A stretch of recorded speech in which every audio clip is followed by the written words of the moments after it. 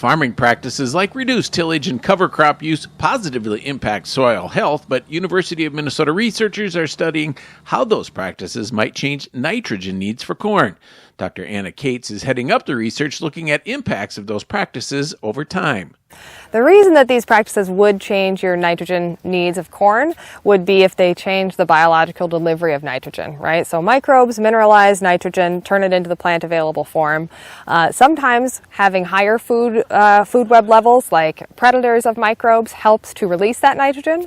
So if your reduced tillage system gives you better soil structure and better habitat for organisms that are slightly larger, that are keeping up the predation pressure on microbes, that might actually release more nitrogen over the course of the growing season.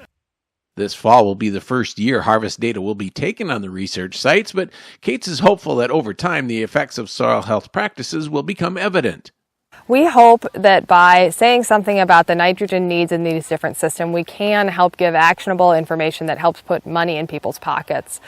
When people think about their nitrogen management now, if you want to cut back a little bit, we always recommend doing a couple of test strips, right? Lower your nitrogen rate by 10 pounds, see how it looks. Lower it by 20 pounds, see how it looks, right? That's a slow process for any grower. We hope that the university can go around that process and give you a few more years of research that you don't have to do on your own field on your own dime.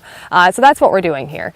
I still think that growers are going to want to test these different rates on their own fields. Input costs for products like fertilizer are very high, so saving money while improving soil health would be doubly beneficial. Research supported by Minnesota's corn farmers is being carried out in 2 counties this year, with a third to be added next year, in an effort to get results from a variety of soils and growing conditions.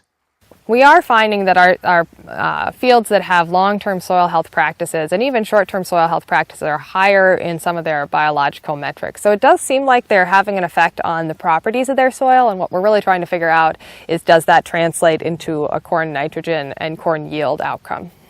This is Dan Lemke reporting.